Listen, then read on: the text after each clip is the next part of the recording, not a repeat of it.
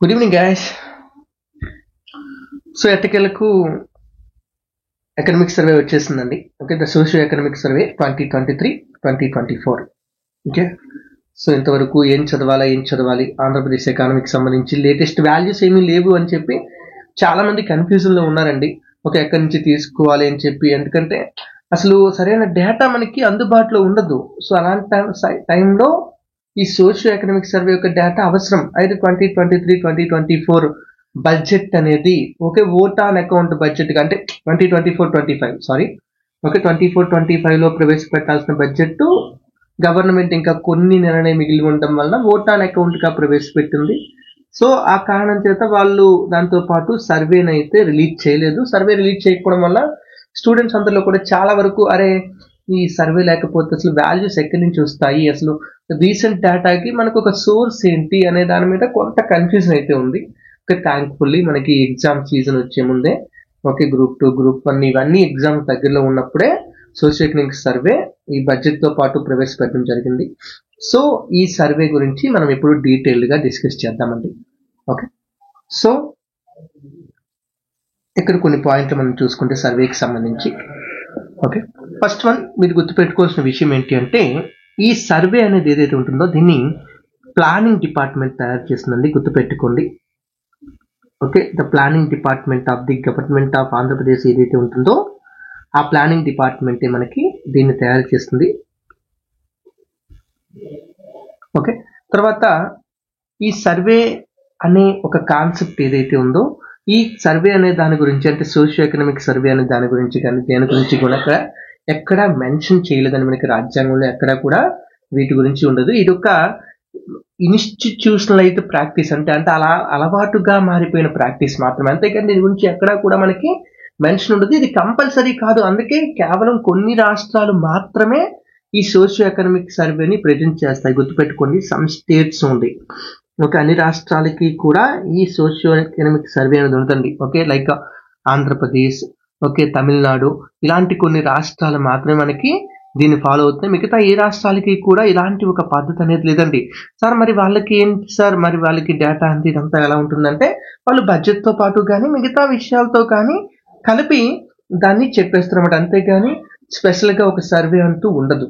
Okay, ఇది కూడా మీరు గుర్తుపెట్టుకోవాల్సిన ఇంకో విషయం అండి. ఓకే, అలాగే నెక్స్ట్ ఇక్కడ తెలియాల్సిన విషయం ఏంటంటే ఎప్పుడైనా ఒక స్టేట్ అనేది ఎందుకు ఒక సర్వేని రిలీజ్ చేస్తుంది, దానికి కారణం ఏంటి, దానివల్ల మనకి ఏమైనా ఉపయోగాలు ఉన్నాయా అని చెప్పి కొంతమంది డౌట్ వస్తుంది. ఓకే, ఎస్ దానివల్ల చాలా ఉపయోగాలు ఉంటాయండి. ఆ ఉపయోగాలు ఏంటి అంటే లైక్ సింపుల్ గా చెప్పాలంటే ఒకటి, ఇది మనకి పాలసీ రివ్యూకి మరియు అసెస్మెంట్ కి పనిచేస్తుందండి. పాలసీ రివ్యూకి అసెస్మెంట్ కి పనిచేస్తుంది. 2, ప్లానింగ్ అండ్ బడ్జెటింగ్ కి కూడా ఉపయోగపడుతుంది. ఓకే, గవర్నమెంట్ ఏ ప్లానింగ్ చేసుకున్నా బడ్జెట్ కి సంబంధించి ఎలాంటి నిర్ణయాలు తీసుకున్నా బడ్జెట్ లో కేటాయింపులు జరపాలన్నా కూడా ఈ ప్లానింగ్ కి బడ్జెట్ కి ఇది ఉపయోగపడుతుంది. అలాగే గవర్నమెంట్ లో ఒక ట్రాన్స్పరెన్సీని మనకి ఇది అందిస్తుందండి, ఎందుకంటే గవర్నమెంట్ అన్ని విషయాల్ని మనకి చెప్పేస్తుంది ఇంకా. సో ట్రాన్స్పరెన్సీని మనకి అందిస్తుంది. ఓకే, దీంతో పాటు అకౌంటబిలిటీ కూడా ఉంటుందన్నమాట. ఓకే, మీరు కరెక్ట్ గా అబ్జర్వ్ చేస్తే ఈ సర్వే రిలీజ్ అయిన తర్వాత ఈ రోజునే ఇవాళ ఓకే జగన్మోహన్ రెడ్డి గారు మీటింగ్ పెట్టారు. ఓకే, చాలా రోజుల తర్వాత ఒక లైవ్ మీటింగ్ పెట్టారండి. ఓకే, ఆ లైవ్ సెషన్ పెట్టి మనకి ఆయన గవర్నమెంట్ విమర్శించారనమాట. ఏమండి మేము ఏం చేయలేదు అని అంటున్నారు మీరు. ఓకే, మా టైంలో అప్పులు పెరిగిపోయి అంటున్నారు, మా టైంలో డెవలప్మెంట్ లేదంటున్నారు, మా టైంలో ఎంప్లాయ్మెంట్ లేదంటున్నారు. ఓకే, ఇదిగోండి మీరు చెప్పిన సర్వేలోనే ఈ డేటా ఉంది. ఓకే, మీరు సర్వేలో ఒకటి చెప్పి మీరు బయటకు ఒకటి మాట్లాడితే అసలు అది కరెక్టేనా, ఇలాంటి పద్ధతి కరెక్టేనా అని చెప్పి గవర్నమెంట్ విమర్శిస్తూ ఉన్నారు. గవర్నమెంట్ ఏం చెప్తుంది, ఏమంటే మేము ఏమీ దాచలేదు, మీరు చేసిన ప్రతి తప్పుని మేము అంటే అది తప్పు జరిగింది, దానికి మా దగ్గర ఎవిడెన్స్ ఉన్నాయి, వాటన్నిటిని కూడా మేము చూపిస్తున్నాము అని చెప్పి ఇద్దరు కూడా ఒకరి మీద ఒకరు ప్రతిపక్షాల దాడిలాగా చేసుకుంటున్నారు అనమాట. ఓకే, సర్వేకి సంబంధించి. ఓకే, అలాంటి టైంలో మనం ఇంకా ఇవి కొంచెం హాట్ టాపిక్ గా మారిపోతుంది సర్వే అనేది. ఓకే, సో ఈ ట్రాన్స్పరెన్సీ అండ్ అకౌంటబిలిటీకి ఇది పనికొస్తుంది. ఓకే, వీటితో పాటు it also helpful for monitoring the economic health of the state. Okay, state యొక్క ఎకనామిక్ హెల్త్ అనేది ఎలా ఉంది అనే దాన్ని స్టడీ చేయడానికి, మానిటర్ చేయడానికి కూడా ఇది పనికొస్తుంది. ఓకే, అలాగే దీన్ని చూసి మనకి ఇన్వెస్ట్మెంట్లు కూడా ఎంకరేజ్ చేయడానికి అవసరం పనికొస్తుందండి. Okay, it is also useful for encouraging ఇన్వెస్ట్మెంట్లు పెంచడానికి కూడా మనకి చాలా వరకు హెల్ప్ అవుతుంది. And most importantly public awareness, public కి తెలుస్తాయి అన్నమాట ఈ సర్వే అనే దాని వల్ల మనకి పబ్లిక్ అవేర్నెస్ కూడా వస్తుంది. ఈ పర్పజెస్ అన్నిటినీ కూడా ఒక ఎకనామిక్ సర్వే అనేది సాటిస్ఫై చేస్తుందండి. ఓకే, అలాగే ఈ సర్వే అనేది ఏంటి, అసలు సర్వే ఏంటి అంటే సింపుల్ గా చెప్పాలి అంటే లాస్ట్ ఇయర్, ఓకే, సర్వే అనేది ఎప్పుడు కూడా ఏ టైంలో ప్రవేశపెడతారు, బడ్జెట్ తో పాటు ప్రవేశపెడతారు. ఓకే, బడ్జెట్ తో పాటు ప్రవేశపెడుతున్నారంటే అర్థం ఏంటి అంటే ఒక ఫైనాన్షియల్ ఇయర్ స్టార్టింగ్, బడ్జెట్ పెట్టేదే ఫైనాన్షియల్ ఇయర్ స్టార్టింగ్ లో కదా. ఓకే, 2024-2025 సార్, ఇప్పుడు ఇది నవంబర్ లో పెట్టారు కదా సార్ అనకండి. నేను చెప్పాను కదా ఆల్రెడీ సిచ్యువేషన్ ఎలాంటిదో మీకు ఆల్రెడీ నేను చెప్పాను. ఓకే, సో మాక్సిమం కేసెస్ లో ఈ బడ్జెట్ తో పాటుగానే ఇది ప్రవేశపెడతారు. సో బడ్జెట్ తో ప్రవేశపెట్టినప్పుడు ఏం చెప్తారంటే లాస్ట్ ఇయర్ పెర్ఫార్మెన్స్ ఎలా ఉంది, ఎకానమీ యొక్క పెర్ఫార్మెన్స్, స్టేట్ యొక్క పెర్ఫార్మెన్స్, అన్ని రంగాల్లో హోలిస్టిక్ అని కంప్లీట్ గా ఎకానమీలో భాగంగా ఉన్న ప్రతి స్టేట్ ఎకానమీలో స్టేట్ జీడిపికి, అదే జిఎస్డిపికి కంట్రిబ్యూట్ చేసే ప్రతి దాన్ని కూడా ఇది టచ్ చేస్తూ ప్రతి చిన్న విషయాన్ని క్లియర్ గా మనకి ఎక్స్ప్లెయిన్ చేస్తుంది. వాటి యొక్క పెర్ఫార్మెన్స్ ని మనకి అందిస్తుందన్నమాట. ఓకే, ఆ స్టేట్ యొక్క సోషియో ఎకనామిక్ పెర్ఫార్మెన్స్ ని మనకి అందించేదే ఈ ఎకనామిక్ సర్వే అనే ఒక డాక్యుమెంట్ అండి. ఓకే, సో నెక్స్ట్ వన్ మనకి ఇది ఇప్పుడు ప్రెసెంట్ ఓవరాల్ గా మనం ఇప్పుడు సర్వేని డిస్కస్ చేస్తాం కాబట్టి ఓవరాల్ గా సర్వే చూసుకుంటే సర్వే మొత్తం మనకి 10 చాప్టర్స్ గా రిలీజ్ చేయడం జరిగింది. 10 చాప్టర్స్ ఉంటాయి సర్వేలో. ఓకే, అందులో ఫస్ట్ ది జనరల్ రివ్యూ అనే చాప్టర్ ఉంటుంది. ఫస్ట్ చాప్టర్ జనరల్ రివ్యూ అనే చాప్టర్ ఉంటుంది. ఓకే, మిగతా 9 చాప్టర్స్ అంటే 2 to 10 వరకు ఉండే చాప్టర్స్ అన్ని కూడా ఇండివిజువల్ ఒక్కొక్క దాని మీద ఒకటి, అంటే హెల్త్ మీద, ఎడ్యుకేషన్ మీద, ఇలాంటి రకరకాల విషయాల మీద మనకి ఈ ఫోకస్ చేస్తూ మిగతా టాపిక్లు ఉంటాయి అన్నమాట. అంటే క్లియర్ గా చెప్పాలంటే అర్థం ఏంటో తెలుసా, 2 నుంచి 10 వరకు ఉన్న టాపిక్లకి ఓకే వాటి యొక్క సమ్మరీ ఫామే మనకి జనరల్ రివ్యూ అనమాట. అంటే ఫస్ట్ పార్ట్ అనేది ఈ జనరల్ రివ్యూ అనేది ఒక సమ్మరీ లాంటిదండి, ఒక సమ్మరైజ్డ్ డాక్యుమెంట్ అనమాట. అంటే మీరు ఎకనామిక్ సర్వే అంతా చదివితే వచ్చే డేటా ఎంత ఉంటుందో అది ఈ సమ్మరీలో, ఈ జనరల్ రివ్యూలో ఉంటుంది. చాలా ఎక్కువ డీటెయిల్స్ ఇందులో ఉంటాయండి. ఈ జనరల్ రివ్యూని చాలా డీటెయిల్డ్ గా చదవడం మనకు అవసరం. ఓకే, ఇండివిజువల్ టాపిక్స్ మనం ఇండివిజువల్ సెషన్స్ కూడా చేస్తాం ఇండివిజువల్ టాపిక్ వైజ్ గా. బట్ జనరల్ రివ్యూని కూడా చాలా డీటెయిల్డ్ గా స్టడీ చేస్తే మనకు అందులో ఎన్నో విషయాలు తెలుస్తాయండి. ఓకే, ఆంధ్రప్రదేశ్ గురించి మీకు ఏ డేటా పరంగా డౌట్ ఉన్నా కూడా కొన్నిసార్లు జోగ్రఫికల్ డేటా కూడా ఇందులో ఉంటుంది. ఓకే, ఇవన్నీ చెప్తున్నప్పుడు మీకు క్లియర్ గా అర్థమవుతుంది. సో జనరల్ రివ్యూ అనేది ఫస్ట్ మనం డిస్కస్ చేయాల్సిన చాప్టర్ ఇదే చాప్టర్ 1 అండి. Okay, the first chapter we are going to discuss is general review. Chapter 1 general review, this is the first chapter. దీన్ని మనం డిస్కస్ చేద్దామండి. ఓకే, ఇట్ టేక్స్ టైం, అంటే కొన్ని సెషన్స్ పడతాయి దీనికి. ఈ సెషన్స్ అన్నిటిలో కూడా కంప్లీట్ గా ఈ జనరల్ రివ్యూ అనే టాపిక్ ని క్లియర్ గా ఎక్స్ప్లెయిన్ చేద్దామండి. సో ఈ ఫస్ట్ సెషన్ లో ఇందులో కొన్ని విషయాలు మనం డిస్కస్ చేద్దామండి. సో ఇందులో ఉన్న ప్రతి విషయం చెప్తున్నాను, క్లియర్ గా వినండి. ఫస్ట్ వన్ మనకి ఇందులో స్టేట్ కి సంబంధించి కొన్ని జియోగ్రఫికల్ డేటాని కూడా ఇస్తారండి.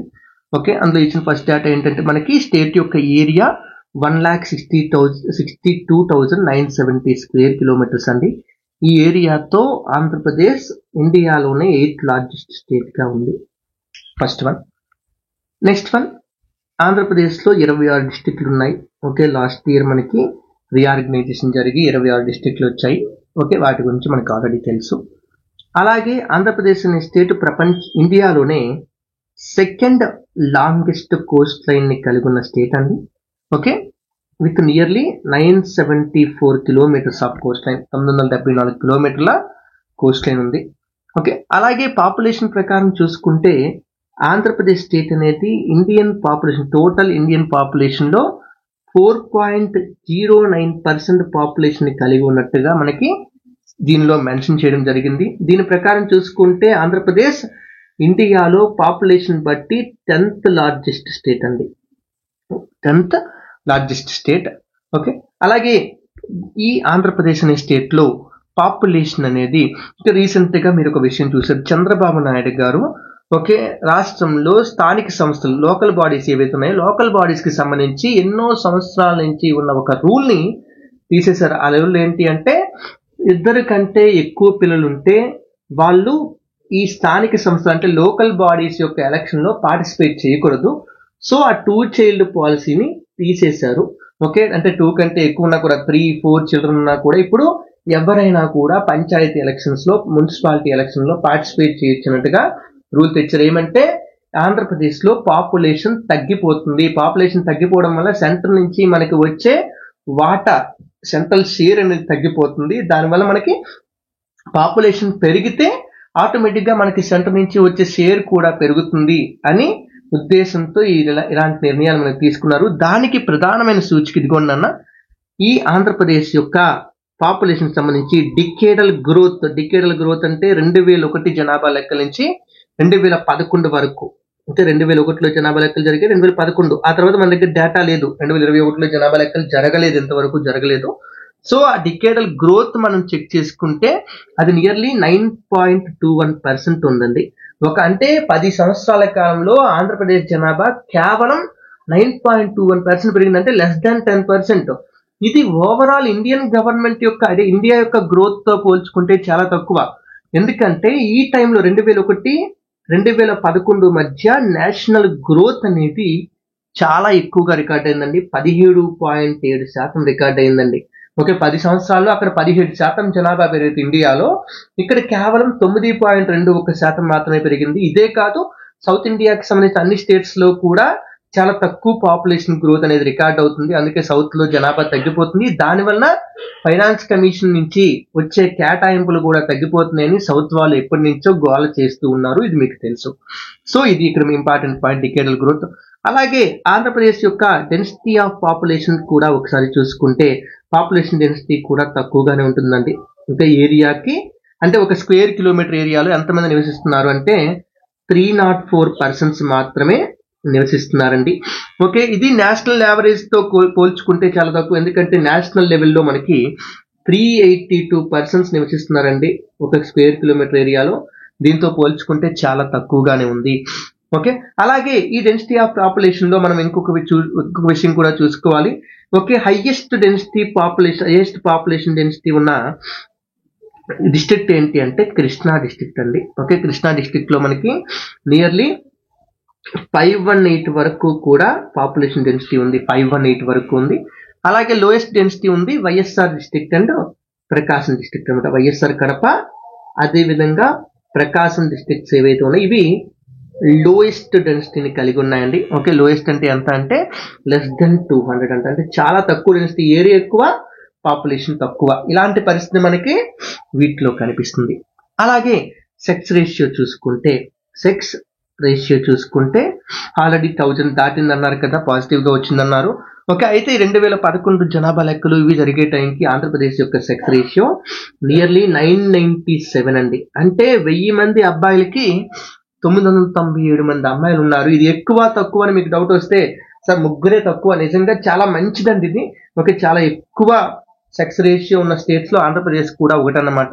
ఎందుకంటే నేషనల్ లెవెల్లో మనకి సెక్స్ రేషియో చాలా తక్కువగా ఉంది. యావరేజ్ గా మనకి 943 మాత్రమే ఉంది. 943 అంటే 1000 మంది అబ్బాయిలకి 943 మంది అమ్మాయిలు మాత్రమే ఉన్నారు.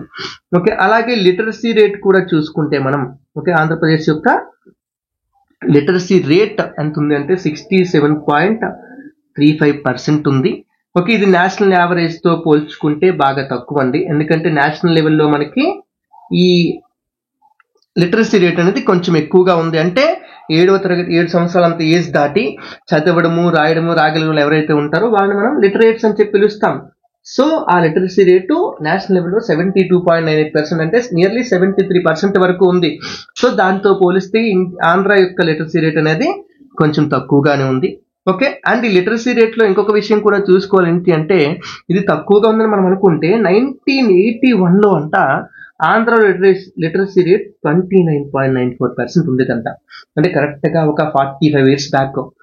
అది కాస్త ఇప్పుడు 2011కి వచ్చేటప్పటికి 67.35 67.35% కి పెరిగింది. అంటే మంచిదే, అంటే పెరుగుతుంది. ఒకప్పుడు చాలా తక్కువ ఉండేది, ఇప్పుడు పెరుగుతుందని అనుకోవచ్చు. ఓకే, అలాగే ఫిమేల్ లిటరసీ రేట్ చూసుకుంటే ఒకవేళ ఆంధ్రాలోనే ఫిమేల్ లిటరసీ రేట్ చూసుకుంటే 2001లో అంట 2001వ సంవత్సరంలో 52.72% ఉంటే అది కాస్త 2011వ సంవత్సరం వచ్చేటప్పటికి నియర్లీ 59.96% పెరిగింది. ఓకే, సో ఇది కూడా ఒక శుభ సూచకం. లిటరసీ రేట్ అనేది ఆంధ్రాలో పెరుగుతూ ఉంది, నో ప్రాబ్లం. ఓకే, అలాగే దీంతో పాటు అర్బన్ పాపులేషన్ అండి.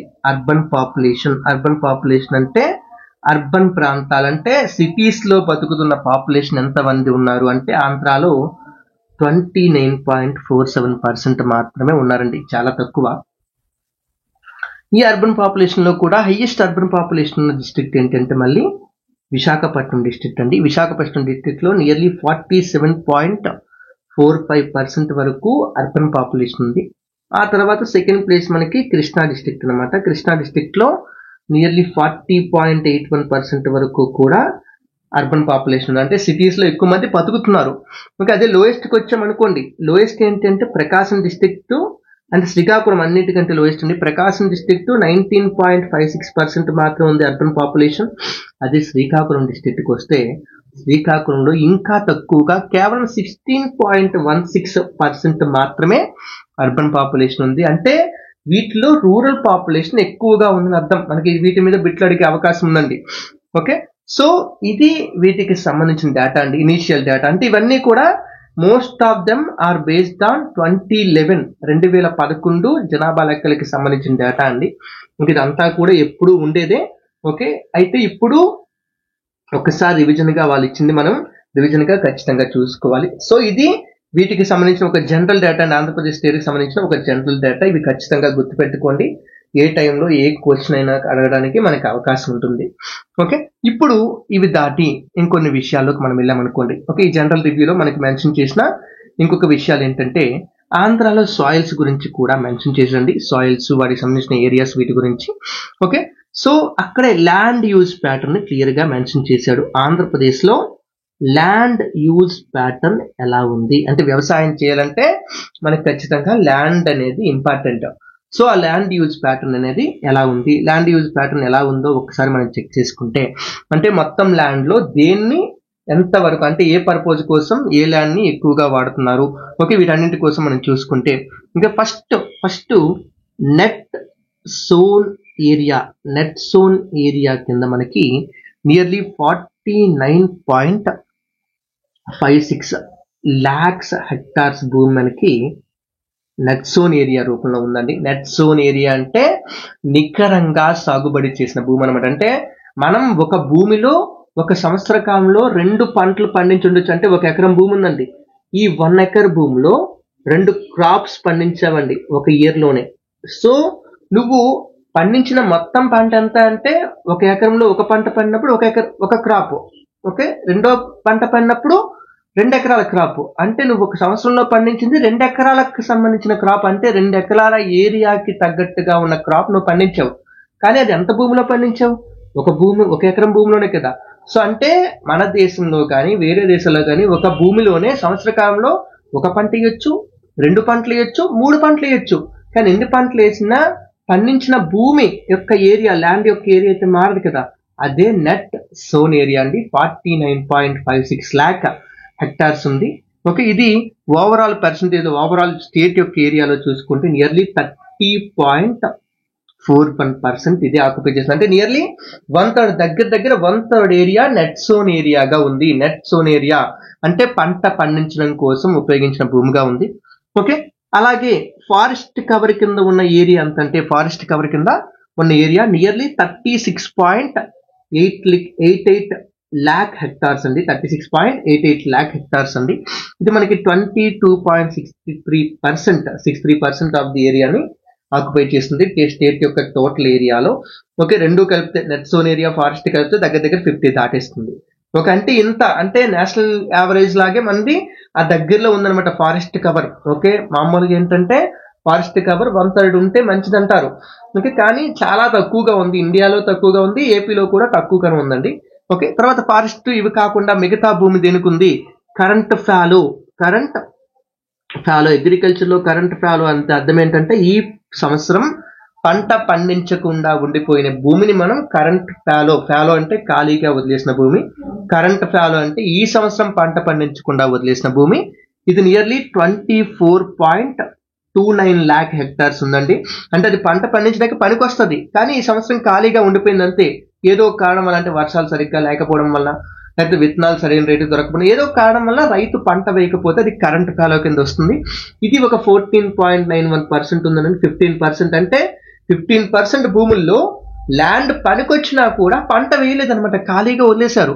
ఓకే, అలాగే నాన్ అగ్రికల్చరల్ పర్పజెస్ కి ఉన్న ల్యాండ్ అంతా, నాన్ అగ్రికల్చరల్ పర్పజెస్ కి వాడిన ల్యాండ్ ఎంత అంటే నియర్లీ 20.93 hectares అండి, lakh hectares, 20.93 lakh hectares.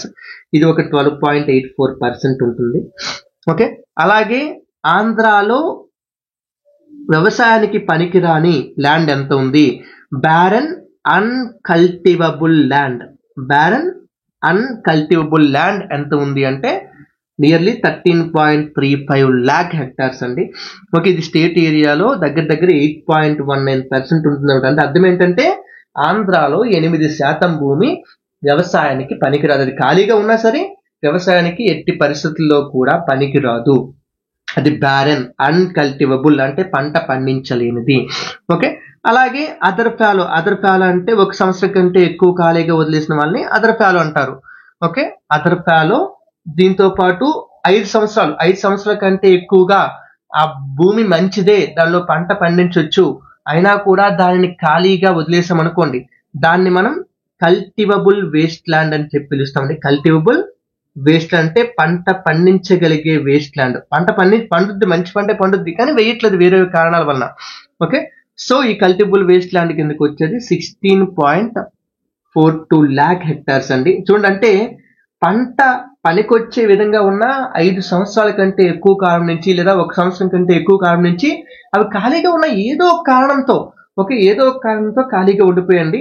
అది నియర్లీ 10% అండి, 10.08%. ఓకే, ఇలాంటి మనం ఖచ్చితంగా గుర్తుపోయి, అంటే ఖాళీగా ఉండిపోయింది అనమాట. అండ్ వీటి కిందకి మనకు వచ్చేవి ఏంటి అంటే, ఒకటి పర్మనెంట్ పాస్చర్స్ అండి. పర్మనెంట్ పాస్చర్స్ అంటే పర్మనెంట్ గా ఉండే గడ్డి భూములు అనమాట. Okay, permanent pastures. దీంతో పాటు అదర్ గ్రేజింగ్ ల్యాండ్స్, వ్యవసాయం అంటే గ్రేజింగ్ కోసం వాడుతున్న ల్యాండ్స్, అంటే పశువుల్ని మేపడానికి వాడుతున్న వేరే ల్యాండ్స్ అన్ని కూడా మనకి ఈ కల్టివబుల్ వేస్ట్ ల్యాండ్ కిందకి వస్తాయండి. ఓకే, వీటితో పాటు మనకి లాస్ట్ టైప్ ఏమి ఇచ్చాడంటే మిసిలేనియస్ ట్రీస్ కింద, లేకపోతే అదే tree crops, miscellaneous tree crops కింద, లేకపోతే సాక్రెడ్ గ్రూవ్స్ ఇలాంటి పిలుస్తాం కదండి, ఆ గ్రూవ్స్ కింద ఉండిపోయిన భూమి 1.54 లక్షల హెక్టార్లు అండి. ఓకే, సో ఇది చాలా తక్కువే, 0.94%. అంటే 1% భూమి ఏదో మిసిలేనియస్ ట్రీ క్రాప్స్ కొన్ని ఉంటాయి కదా, కొన్ని ఓకే, అలాంటి ట్రీ క్రాప్స్. ఓకే, దాని అంటే చెట్లతో కూడుకున్న పంట అనమాట ట్రీ క్రాప్ అంటే, ఇంకేదో అనుకోకండి. ఓకే, గ్రోవ్స్, సాక్రెడ్ గ్రోవ్స్ ఇలాంటివి చెప్తాం, అంటే దేవుళ్ళ కోసం ఇలాంటివి వదిలేసినవి. ఓకే, వాటి కోసం నియర్లీ ఒక 1% ఆఫ్ ది ల్యాండ్ ఉందండి. ఓకే, అండ్ గుర్తుపెట్టుకోండి, ఇవి మాక్సిమం అంటే కొన్ని అందులో నెట్ జోన్ ఏరియాలోకి ఇంక్లూడ్ అయిపోతాయి, కొన్ని క్రాప్స్ ఇంక్లూడ్ అవ్వనమాట, అవి మనకి దీనిలోకి ఉంటాయండి. Okay, which are not included in net sown ఏరియాలో ఇంక్లూడ్ చేయలేదన్నమాట అలాంటివి. సో ఇది ఆంధ్రప్రదేశ్ లో ల్యాండ్ యూజ్ ప్యాటర్న్ అండి. గుర్తుపెట్టుకోండి, వ్యవసాయానికి సంబంధించి చాలా ఇంపార్టెంట్ విషయం అండి. వ్యవసాయానికి సంబంధించి చాలా ఇంపార్టెంట్, 100% గుర్తుపెట్టుకోండి ఇది. ఓకే, నెట్ జోన్ ఏరియా 30%, మీ వాల్యూస్ గుర్తుపెట్టకపోయినా మెయిన్ 30% అనేది గుర్తుపెట్టుకోండి. ఓకే, దీంతో పాటు ఫారెస్ట్ కవర్ 22.63% ఉంది. ఓకే, బ్యారన్ అన్కల్టివబుల్ ల్యాండ్ 8.19% ఉంది. ఓకే, ఇలాంటి వాల్యూస్ కొంచెం గుర్తుపెట్టుకోండి, తక్కువ ఉన్నాయి కాబట్టి ఖచ్చితంగా గుర్తుపెట్టుకోవడానికి ట్రై చేయండి. ఓకే, అడిగే అవకాశం అయితే ఉంది, అంటే ఎంత ల్యాండ్ ని దేనికోసం వాడుతున్నారు, ఏ పర్పస్ కోసం వాడుతున్నారు. ఓకే, ఇది మనకి ల్యాండ్ యూజ్ ప్యాటర్న్ ని కూడా ఇందులో జనరల్ రివ్యూలో మనకి క్లియర్ గా మెన్షన్ చేశాను అన్న. ఓకే, సో వీటితో పాటు ఈ జనరల్ రివ్యూలో మనకి ఇంకా మిగతా విషయాలు చెప్పాను కదా, ఇది మిగతా అన్ని టాపిక్లకి కూడా, అన్ని చాప్టర్స్ కి కూడా ఒక సమ్మరీ లాగా ఉంటుందని చెప్పాం కదా. సో ఆ సమ్మరీని మనం ఒక్కొక్క దాన్ని ఇక్కడ చెప్తామండి. ఇవాళ క్లాస్ లో కొన్ని చెప్తాం, నెక్స్ట్ సెషన్ లో ఇంకొన్ని విషయాలు చెప్తాం. సో ఇందులో ఈ సమ్మరీ టాపిక్ లో ఫస్ట్ వన్ మనకి మ్యాక్రో ఎకనామిక్ అగ్రిగేట్స్ అండి. మ్యాక్రో ఎకనామిక్ అగ్రిగేట్స్ మీకు తెలుసు, మ్యాక్రో ఎకానమీ అంటే కంట్రీ యొక్క ఎకానమీని యాజ్ ఎ హోల్ గా తీసుకొని ఓకే దాన్ని మనం స్టడీ చేస్తే దాన్ని మనం మ్యాక్రో ఎకానమీ అని చెప్పి పిలుస్తాం. మైక్రో అంటే చిన్న లెవెల్లో, మ్యాక్రో అంటే పెద్ద లెవెల్లో కంట్రీ యొక్క ఎకానమీ హోల్ గా తీసుకొని జీడిపి వీటన్నిటిని స్టడీ చేస్తాయి. సో ఆ మ్యాక్రో ఎకనామిక్ అగ్రిగేట్స్ అంటే దానికి సంబంధించిన వాల్యూస్ అనమాట, మ్యాక్రో ఎకనామిక్ సంబంధించిన వాల్యూస్. ఓకే, సో అవి ఏంటి అనేది ఒకసారి వాటి గురించి డేటా ఒకసారి చూద్దామండి. ఓకే, సింపుల్ గా ఎక్కడ ఇచ్చిన అంటే రివ్యూకి తగ్గట్టుగా మిగతా విషయాన్ని మనం డీటెయిల్ గా మళ్ళీ అందులో డీటెయిల్ సెక్షన్స్ అన్ని డిస్కస్ చేస్తాము. రివ్యూకి తగ్గట్టుగా ఒకసారి డిస్కస్ చేద్దాం. సో ఈ మ్యాక్రో ఎకనామిక్ అగ్రిగేట్స్ లోకి వచ్చేటప్పటికి ఫస్ట్ వన్ మనకి GSDP, gross state domestic product ఏదైతే ఉందో ఈ జిఎస్టిపిని మనం ఫస్ట్ క్లియర్ గా చూసుకోవాలి. ఈ జిఎస్టిపిని ఒకటి కాన్స్టెంట్ ప్రైసెస్ లో చెప్తారు. ఓకే, కాన్స్టెంట్ ప్రైసెస్ అంటే ఏదో ఒక బేస్ ఇయర్ తీసుకొని, ఓకే ఇక్కడ బేస్ ఇయర్ తీసుకుంది ఏంటంటే మనకి 2011, 2012 అంటే 2011-12లో ఒక సబ్బు యొక్క రేటు 10 రూపాయలు అయితే ఇప్పుడు దాని సబ్బు రేటు 20 రూపాయలు అయ్యి ఉండొచ్చు. ఓకే, కానీ అక్కడ ఏం చెప్తారు, అక్కడ కాన్స్టెంట్ ప్రైసెస్ అనేటప్పటికి అప్పుడు సబ్బు రేట్నే క్యాలిక్యులేట్ చేస్తారు. అంటే 2011-12లో ఎంత రేట్ ఉందో దాన్నే క్యాలిక్యులేట్ చేస్తారు. ఒకటి కాన్స్టెంట్ ప్రైసెస్ లో చెప్తారు. ఓకే, రెండోది మనకి కరెంట్ ప్రైసెస్ లో చెప్తారండి. ఓకే, కరెంట్ ప్రైసెస్ అంటే అర్థం ఏంటంటే ఇప్పుడు ప్రస్తుతం మార్కెట్ లో ఉన్న ప్రైసెస్ ఏవైతే ఉన్నాయో దానికి తగ్గట్టుగా రెండు రకాలుగా మనకి వీటిని క్యాలిక్యులేట్ చేస్తారు.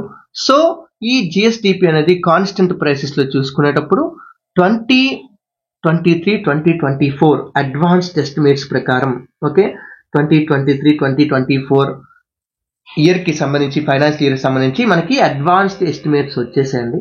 సో అడ్వాన్స్డ్ ఎస్టిమేట్స్ ప్రకారం నియర్లీ 8.21 lakh crore రూపీస్ అండి. 8.21 lakh crore రూపీస్ గా ఉంది ఆంధ్రప్రదేశ్ యొక్క జీడిపి, అదే జిఎస్టిపి అట్ కాన్స్టెంట్ ప్రైసెస్ ప్రకారం ఇంత ఉంది. ఓకే, అయితే 2022-23తో పోల్చుకుంటే అంటే 2022 అంతకు ముందు ఫైనాన్స్ ఇయర్ ఏంటి 2022-23 కదా. సో 2022-23లో ఫస్ట్ రివైజ్డ్ ఎస్టిమేట్స్ ప్రకారం అంటే ఆ ఇయర్ ఆల్రెడీ కంప్లీట్ అయిపోయింది. ఓకే, దాన్ని వాల్యూస్ అన్ని బడ్జెట్ లో తెలుసు కదా. ఎస్టిమేట్స్ అంటే అర్థం ఏంటంటే ఎస్టిమేట్స్ లో మనకి ఎస్టిమేట్ అంటే ఫస్ట్ అర్థం బడ్జెట్ ఎప్పుడు కూడా రాబోయే సంవత్సరానికి పెట్టేది. ఓకే, ఎస్టిమేట్ అనేది రాబోయే సంవత్సరానికి పెట్టేది కాబట్టి అది జస్ట్ ఒక అంచనా మాత్రమే. ఓకే, సో ఈ అంచనా ఏదైతే ఉంటుందో ఆ అంచనా మనకి పెరగొచ్చు తగ్గొచ్చు. నేను విద్య మీద 1,00,000 కోట్లు ఖర్చు పెడదాం అనుకుంటున్నాను, ఫర్ ఎగ్జాంపుల్ గా చెప్తున్నాను. కానీ 1,00,000 కోట్ల కంటే ఎక్కువ ఖర్చు పెట్టొచ్చు, తక్కువ ఖర్చు పెట్టొచ్చు. అది యాక్చువల్ స్పెండింగ్ అనమాట, యాక్చువల్ ఎక్స్పెండిచర్. సో ఎస్టిమేట్స్ అంటే కేవలం మనం ఊహించుకునేది. అయితే ఈ ఎస్టిమేట్స్ ని ఫస్ట్ బడ్జెట్ పెట్టేటప్పుడు నార్మల్ ఎస్టిమేట్స్ ఉంటాయి అనమాట. అయితే బడ్జెట్ పెట్టిన తర్వాత ఒక 6 నెలల టైంకి వచ్చేటప్పటికి మనకి రివైజ్డ్ ఎస్టిమేట్స్ వస్తాయండి. రివైజ్డ్ ఎస్టిమేట్స్ ఇవన్నీ వస్తాయండి. ఓకే, రివైజ్డ్ ఎస్టిమేట్స్ అంటే ఓకే ఈసారి కొంచెం విద్య మీద ఇంకొంచెం ఎక్స్ట్రా పెట్టాల్సి వచ్చింది, కొత్త స్కీమ్ అనౌన్స్ చేశాము, దానివల్ల మనకి ఎస్టిమేట్స్ పెరిగాయి, అవి revised estimates. Okay, advanced estimates అంటే మనకి ఇంకా వాల్యూస్ రాకపోయినా కొంతవరకు అడ్వాన్స్డ్ గా కొంత ఎస్టిమేట్స్ ఉన్నాయి, కొంత విలువలు అయితే అందాయి. సో అలాంటి అడ్వాన్స్డ్ ఎస్టిమేట్స్ ఇలాంటివన్నీ ఉంటాయండి. ఓకే, సో ఆ రివైజ్డ్ ఎస్టిమేట్స్ ప్రకారం 2022-23లో ఖర్చుల్ని రివైజ్ చేస్తే ఓకే దాని ప్రకారం మనకి ఓకే నియర్లీ ఆంధ్రప్రదేశ్ యొక్క జీడిపి 7.65 lakh crores అండి. ఓకే, దీని ప్రకారం పోల్చుకుంటే ఈ కాలంలో ఆంధ్రప్రదేశ్ లో రికార్డ్ అయిన ఎకనామిక్ గ్రోత్ ఎంత అంటే 7.35% అండి. 7.35% గ్రోత్ అనేది రికార్డ్ అయింది, గుర్తుపెట్టుకోండి. ఇంకా 2022-23తో పోలిస్తే 7.35% గ్రోత్ రికార్డ్ అయింది. అదే కాన్స్టెంట్ ప్రైసెస్ లో కరెంట్ ప్రైసెస్ అంటే ఇప్పుడు ప్రైసెస్ లోకి ఇప్పుడు మార్కెట్ లో ఎంత ప్రైసెస్ ఉన్నాయి దానిలోకి వచ్చేసాం అనుకోండి. ఓకే, ఇప్పుడున్న మార్కెట్ ప్రైసెస్ ప్రకారం ఓకే 2023-2024 ఓకే బడ్జెట్ కి సంబంధించి అడ్వాన్స్డ్ ఎస్టిమేట్స్ ప్రకారం ఆ 2023-2024లో ఆంధ్రాలో nearly 14.4 lakh crores of the production జరిగింది అనమాట. అంటే జిఎస్టిపి తెలుసు కదా, ఒక సంవత్సరంలో 1 year పీరియడ్ లో ఒక స్టేట్ లో ఎంత గూడ్స్ ఎంత సర్వీసెస్ ప్రొడ్యూస్ అవుతాయో వాటి యొక్క వాల్యూ ఎంతైతే ఉంటుందో దాన్నే మనం సింపుల్ గా జిఎస్డిపి అని చెప్పి పిలుస్తాం. సో ఆ 2023-24 సంవత్సరం అంటే లాస్ట్ ప్రీవియస్ ఎకనామిక్ ఇయర్ లో, ఫైనాన్షియల్ ఇయర్ లో 14.4 లక్షల కోట్ల ఉత్పత్తి జరిగిందండి. ప్రొడక్షన్ అంటే గూడ్స్ కానీ సర్వీసెస్ కానీ అంత జరిగిందనమాట. ఓకే, సో అయితే దీనిలో గ్రోత్ ఉందా అంటే 2022-2023తో పోల్చుకోవాలి కదా. సో 2023 ఫస్ట్ రివైజ్డ్ ఎస్టిమేట్స్ తో కంపేర్ చేస్తే ఓకే, అప్పుడు 13.04 lakh crores ప్రొడక్షన్ జరిగిందంటండి. ఓకే, 22-23లో. సో ఈ రెండింటిని మనం కంపేర్ చేసుకుంటే ఇక్కడ రికార్డ్ అయిన గ్రోత్ ఎంత అంటే నియర్లీ అది దాటేసిందండి. 10.44% అండ్ 10.44% గ్రోత్ కనిపిస్తుంది. ఓకే, దీన్ని జగన్మోహన్ రెడ్డి గారిని ఇవాళ మీటింగ్ లో చాలా క్లియర్ గా గొప్పగా చెప్పారనమాట. అంటే ఇదిగోండి మేము ఎంత గ్రోత్ చూపించాము, మీరు అంటారు మేము ఎప్పుడు గ్రోత్ చూపించలేదు అంటారు కదా, ఇదిగోండి ఇంత గ్రోత్ చూపించామని మీడియా ముందుకు వచ్చి ఆయన ఈ పాయింట్ ని మెయిన్ గా ఫోకస్ చేసి చెప్పారనమాట. సో ఖచ్చితంగా గుర్తుపెట్టుకోండి, 10.44 గ్రోత్. ఇది కరెంట్ ప్రైసెస్. సార్ మరి ఎక్కడ మేము 7.35 చదివాము, అది కాన్స్టెంట్ ప్రైసెస్ కి సంబంధించింది. ఓకే, చూడండి కరెంట్ ప్రైసెస్ కి కాన్స్టెంట్ ప్రైసెస్ కి ఎంత తేడా వచ్చింది చూడండి అన్న. ఇక్కడ 8 లక్షల కోట్లు ఉంటే ఇక్కడ 14 లక్షల కోట్లకి వెళ్ళింది కరెంట్ ప్రైసెస్ లో. అంటే ఇదంతా దేనికి సంబంధించింది, ఇన్ఫ్లేషన్ సంబంధించింది అనమాట. ఇది ఇండికేషన్ ఆఫ్ ఇన్ఫ్లేషన్ అనమాట. ఎందుకు, ఇన్ఫ్లేషన్ ఎంత పెరిగితే కదా రేట్లు అంత పెరుగుతాయండి. ఓకే, ఇప్పుడు ఒక సబ్బు 10 రూపాయలు ఉండేది 20 రూపాయలు అయిందంటే అర్థం ఏంటంటే ఆ మధ్య కాలంలో 100% ఇన్ఫ్లేషన్ జరిగిందనమాట. 10 రూపాయలు 20 రూపాయలు డబుల్ అయింది. ఇక్కడ 8 లక్షల కోట్లది 14 లక్షల కోట్లు అయిందంటే 11-12కి 23-24కి మధ్యలో ఇంత గ్రోత్ 6 లక్షల కోట్లు పెరిగిపోయింది చూడండి. ఓకే, అంటే ఏంటి ఆ డిఫరెన్స్ అంతా కూడా ఇన్ఫ్లేషన్ కి సంబంధించి ఎప్పుడైనా ఈ విషయాన్ని కూడా గుర్తుపెట్టుకోండి. ఓకే, దీంతో పాటు స్టేట్ యొక్క జిఎస్డిపిని చెప్పినంత మాత్రాన స్టేట్ లో ప్రజల యొక్క అభివృద్ధిని చెప్పలేము. ఎందుకంటే జిఎస్డిపి అనేది ఆ స్టేట్ యొక్క ఓవరాల్ ఎకనామిక్ యాక్టివిటీకి సంబంధించింది. ఓకే, ఒక స్టేట్ లో ఎంత ఎక్కువ జనాభా ఉంటే ఆటోమేటిక్ గా ఆ స్టేట్ యొక్క జిఎస్డిపి అంత ఎక్కువగా ఉంటుంది. ఓకే, అందువల్ల ఈ జిఎస్డిపిని చూసి మనం ఒక స్టేట్ లో ప్రజల యొక్క లివింగ్ స్టాండర్డ్స్ ని అంచనా వేయలేము. సో అవి కావాలి అంటే మనకి పర్ క్యాపిటా ఇన్కమ్ అనేది తెలియాలి. ఓకే, సో అదే పర్ క్యాపిటా ఇన్కమ్ అండి.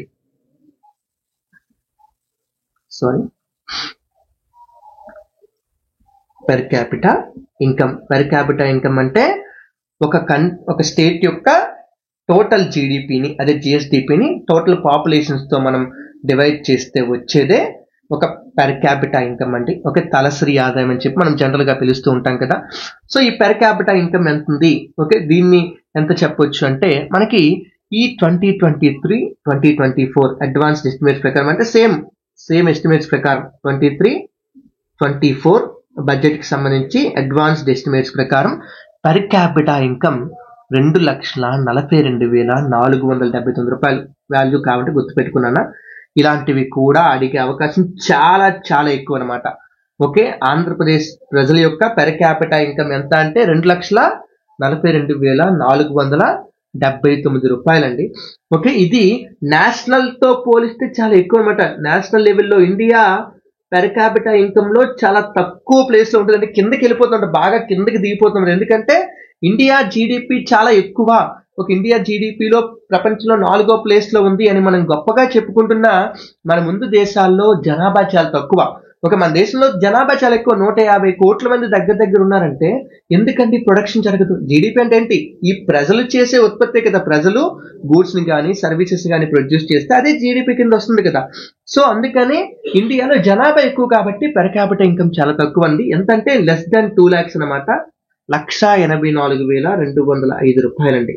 ఓకే, ఇండియా యొక్క టోటల్ లెస్ దాన్ 2 lakhs అంటే 1.8 lakhs అనమాట. యావరేజ్ గా ఒక సంవత్సరానికి ఇండియాలో ఒక వ్యక్తి సంపాదించే సంపద ఎంత అంటే 1.8 lakhs అండి. కానీ ఆంధ్రాలో దానికంటే చాలా ఎక్కువ. ఓకే, 2.4 lakhs వరకు ఉంది. ఓకే, అయితే అంతకు ముందు పరిస్థితి ఎలా ఉండేది 2022-2023లో దీని పరిస్థితి ఎలా ఉండేది ఫస్ట్ రివైజ్డ్ ఎస్టిమేట్స్ ప్రకారం అంటే అది నియర్లీ 2,19,000 రూపాయలు ఉండేదండి. ఓకే, అంటే ఖచ్చితంగా గ్రోత్ కనిపించింది. పర్ క్యాపిటా ఇన్కమ్ లో కూడా గ్రోత్ కనిపించింది. ఓకే, ఈ 3 క్లియర్ గా గుర్తుపెట్టుకోండి. 3 ఒకసారి క్లియర్ గా పాస్ చేసుకుని చూడండి. ఓకే, ఇది ఆంధ్ర యొక్క పర్ క్యాపిటా ఇన్కమ్. మళ్ళీ చెప్తున్నాను, 2,42,479.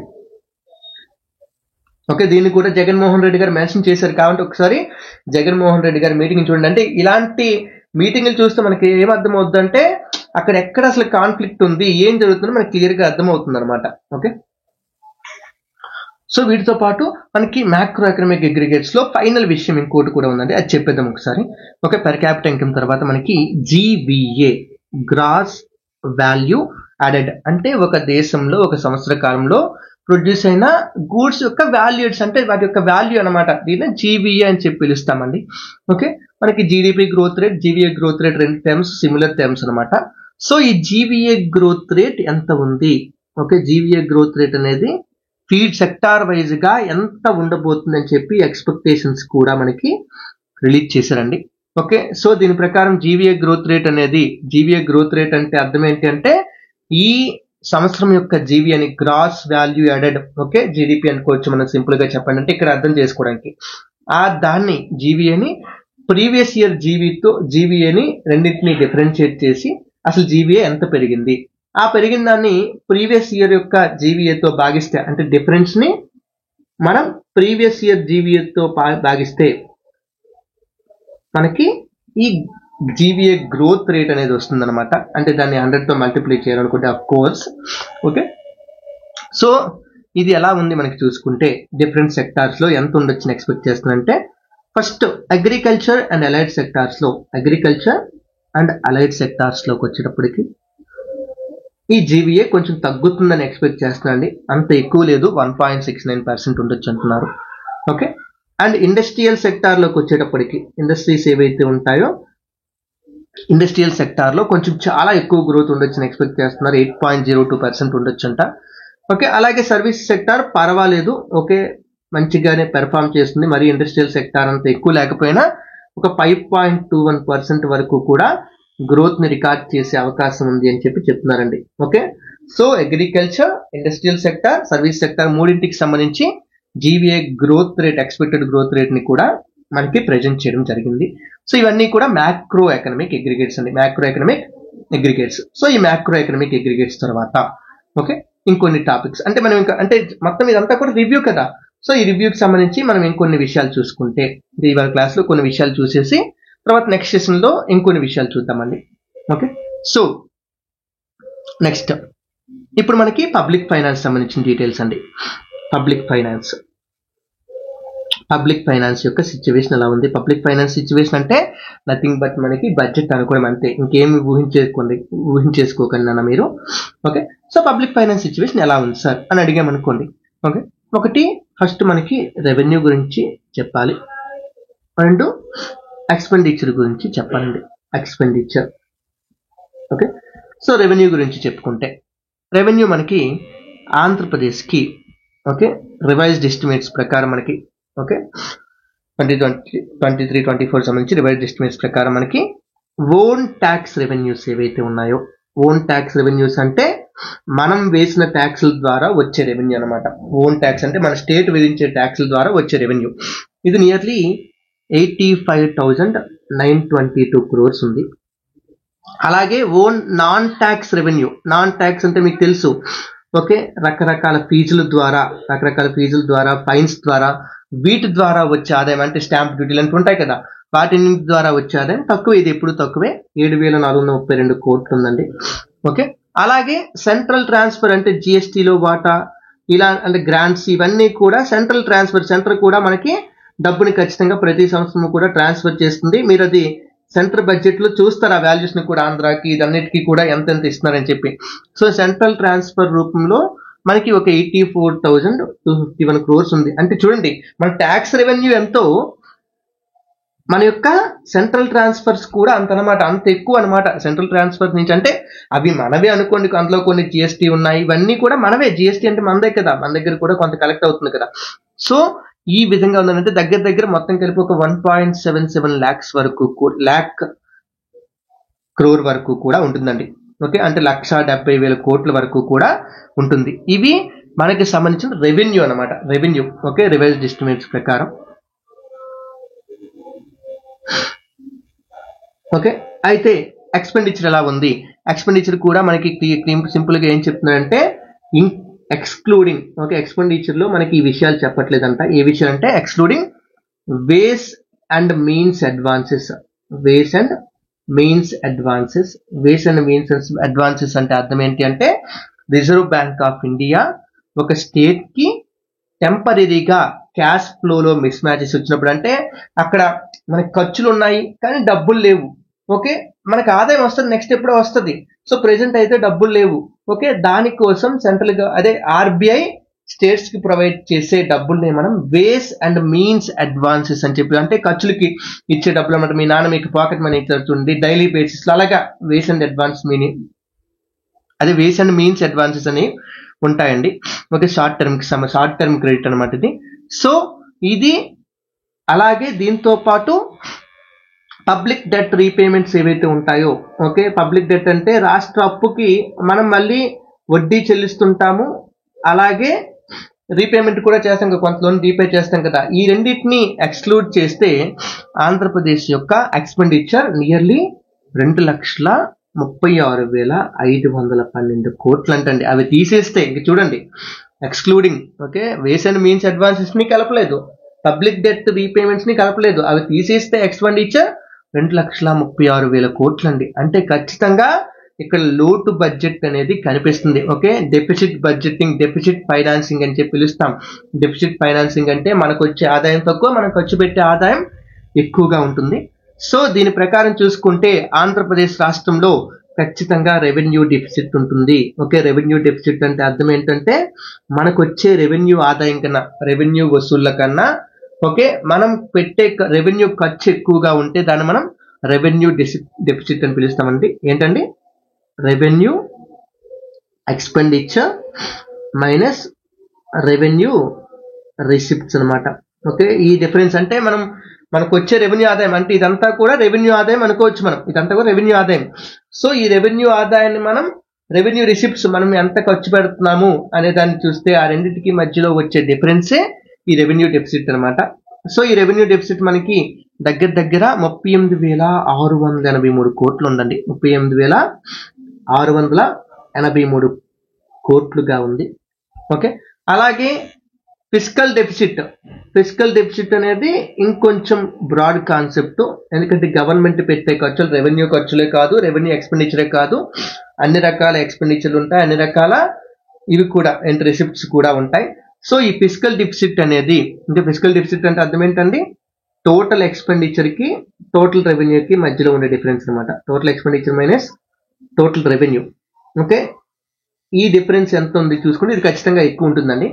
ఓకే, ఇది నియర్లీ 62,721 కోట్లు వరకు ఉందండి. ఓకే, ఇది దేన్ని మనకి చెప్తుందంటే దీని ఆధారంగా మనం ఇంత అప్పు తేవాలంటే ఇంత అప్పు తేవాలి. ఒకసారి మీకు టోటల్ డెట్ చెప్తాను, అది చెప్పేటప్పుడు మీకు అర్థమవుద్ది. ఇంత అప్పు తేవాలంటే ఎంత అప్పు తేవాలో మనకి ఫిస్కల్ డెఫిసిట్ అనేది క్లియర్ గా చెప్తుందండి. ఇదిగోండి, ఇది రెవెన్యూ డెఫిసిట్, ఓకే, ఇదేమో fiscal deficit. Okay, and final గా అప్పు పెరిగింది అంటున్నారు కదా. సో టోటల్ డెట్ ఎంత ఉంది ఆంధ్రప్రదేశ్ స్టేట్ కి, టోటల్ డెట్ అప్పు ఎంత ఉంది అని చూస్తే 2023-24లో, ఓకే, 2023-24 రివైజ్డ్ ఎస్టిమేట్స్ ప్రకారం, ఓకే, ఆంధ్రప్రదేశ్ రాష్ట్రానికి ఉన్న టోటల్ అప్పు 4,91,734 కోట్లని. దగ్గర 5 లక్షల కోట్ల అప్పు ఉంది. ఓకే, మన యొక్క స్టేట్ యొక్క జిఎస్డిపి ఎంత అండి, కాన్స్టెంట్ ప్రైసెస్ లో చూసుకుంటే కేవలం 8.21 lakh crores, కరెంట్ ప్రైసెస్ లో అయితే 14 lakh crores ఉందండి. Okay, constant prices 8.21 lakh crores లో చూసుకుంటే ఇది 50% కంటే కూడా చాలా ఎక్కువ అండి. ఇంత ఎక్కువ అప్పు ఉంది ఆంధ్రప్రదేశ్ రాష్ట్రానికండి. ఓకే, సో ఇది పెరిగిందా తగ్గిందా అని చూస్తే, okay, last year previous year అంటే మనకి ఎప్పుడు 2022-23 ఎండింగ్కి వచ్చేటప్పటికి మనకి అప్పు ఎంత అంటే నియర్లీ 4,29,526 కోట్లు అనమాట. సో అర్థమవుతుందా?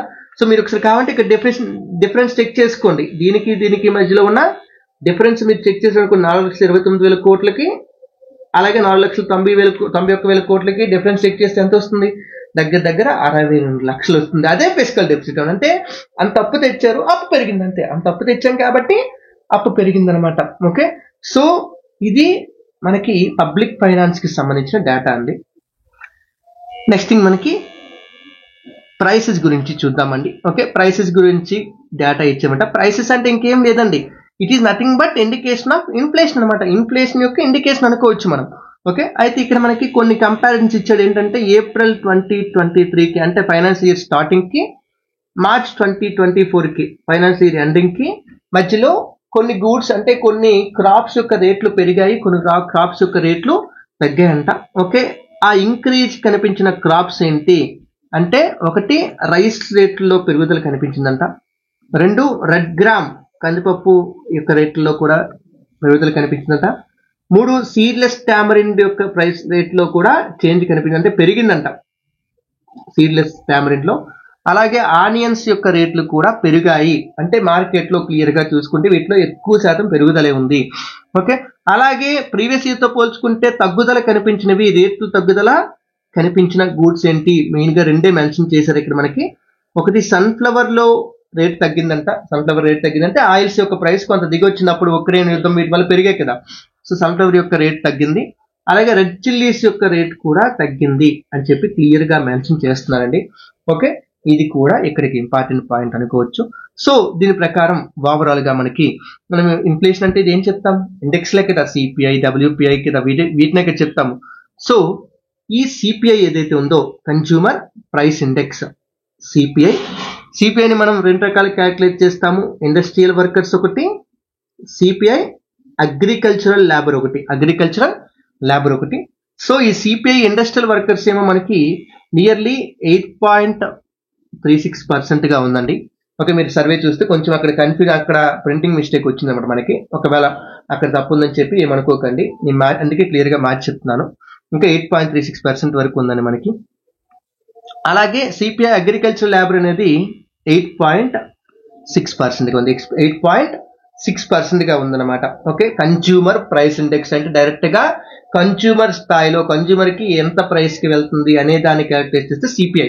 ఓకే, ఈ సిపిఐ విషయంలో ఓకే నేషనల్ లెవెల్ తో పోల్చుకుంటే మనం ఎలా ఉన్నాము. ఓకే, నేషనల్ లెవెల్లో సిపిఐ మనకి ఇండస్ట్రియల్ వర్కర్స్ కి 5.19% ఉందంట. ఓకే, అలాగే అగ్రికల్చర్ లేబర్ కి ఏమో ఒక 7.06% వరకు ఉంది. ఓకే, సో ఈ విధంగా చూసుకుంటే పర్వాలేదు మన దగ్గర, అంటే పర్వాలేదు అనకూడదండి, పెరిగింది మన దగ్గర. ఇన్ఫ్లేషన్ కొంచెం ఎక్కువగానే ఉంది, కన్జ్యూమర్ ప్రైస్ ఇండెక్స్ ఇవి పెరిగాయి, ఖచ్చితంగా 2 కూడా పెరిగాయి. ఓకే, అలాగే హోల్సేల్ ప్రైస్ ఇండెక్స్ కూడా చూసుకుంటే, హోల్సేల్ ప్రైస్ ఇండిసెస్ ని కూడా చూసుకుంటే మనకి ఇక్కడ దీనికి వాల్యూ ఇచ్చారండి. ఆ ఇండిసెస్ యొక్క వాల్యూ నియర్లీ 151.1 గా ఉందంట. 151.1 గా ఉంది. ఆ ఇండెక్స్ యొక్క వాల్యూ 151 గా ఉందండి. ఓకే, ఇది ట్రెండ్ ఎలాంటిదంటే డిక్రీజ్ అయిందనమాట. ఓకే, ట్రెండ్ అయితే డిక్రీజ్ అయిందనమాట. ఓకే, అండ్ ఈ హోల్సేల్ ప్రైస్ ఇండెక్స్ అనేది, అంటే హోల్సేల్ లెవెల్లో ప్రైస్ ఇండెక్స్ మనకి మ్యానుఫ్యాక్చర్డ్ ప్రొడక్ట్స్ లో చూసుకుంటే 140.2 గా ఉంది. అలాగే ఫ్యూయల్ అండ్ పవర్ గ్రూప్ తెలుసు కదా, ఈ డబ్ల్యూపీఐని రకరకాల బాస్కెట్స్ ఉంటాయి కదా, సో అందులో ఫ్యూయల్ అండ్ పవర్ గ్రూప్ లో మనం చూసుకుంటే 152 గా ఉందండి. సో ఎక్కడ చూసుకున్నా ప్రతి దాంట్లో కూడా డిక్రీజే కనిపిస్తుంది. అంటే హోల్సేల్ ప్రైస్ ఇండెక్స్ అయితే ఓవరాల్ గా మనకి కొంచెం వరకు డిక్రీజ్ అయింది అనుకోవచ్చు. అది మనకి కొంతవరకు ఆశాభావమైన విషయమే. ఇది రిటైలర్లకు వాళ్ళకి కొంచెం ఎక్కువగా ఓకే సపోర్టివ్ గా ఉంటుంది, అంటే వాళ్ళ ఆదాయం పెరిగే అవకాశం ఉంటుంది. ఓకే, అలాగే ఇక్కడ ఫైనల్ గా మెన్షన్ చేసిన ఒక పాయింట్ ఏంటంటే average daily earnings of the artisans and agriculture workers పెరిగాయంటండి. అంటే అగ్రికల్చర్ వర్కర్స్ మరియు ఆర్టిసన్స్ ఎవరైతే ఉంటారో వాళ్ళ యొక్క డైలీ ఎర్నింగ్స్ పెరిగాయని చెప్పి కూడా క్లియర్ గా మెన్షన్ చేశారండి. ఓకే, సో ఇది మనకి వీటికి సంబంధించిన డేటా అండి. మళ్ళీ ఒకసారి చూపిస్తున్నాను, ఒకసారి రివైజ్ చేసుకోండి. ఓకే, ఇక్కడ ఫస్ట్ జనరల్ రివ్యూ ఒకసారి పాస్ చేసి మళ్ళీ ఒకసారి చూడండి. ఓకే, జనరల్ రివ్యూలో కొన్ని విషయాలు సెన్సస్ కి వాటికి సంబంధించిన డేటా. ఓకే, తర్వాత land use pattern, okay percentage ఒకసారి చూడండి. తర్వాత మ్యాక్రో ఎకనామిక్ అగ్రిగేట్స్, జిఎస్టిబికి సంబంధించి కాన్స్టెంట్ ప్రైసెస్, కరెంట్ ప్రైసెస్, తర్వాత per capital income, GVA growth, ఆ తర్వాత పబ్లిక్ ఫైనాన్స్ కి సంబంధించిన డేటా, తర్వాత ప్రైసెస్ అంటే ఇన్ఫ్లేషన్. సో ఇది మనకి ఇవాళ సెషన్ అండి. మళ్ళీ రేపు సెషన్లో ఇంక చాప్టర్ని కంటిన్యూ చేద్దాం. Okay, thank you, bye bye.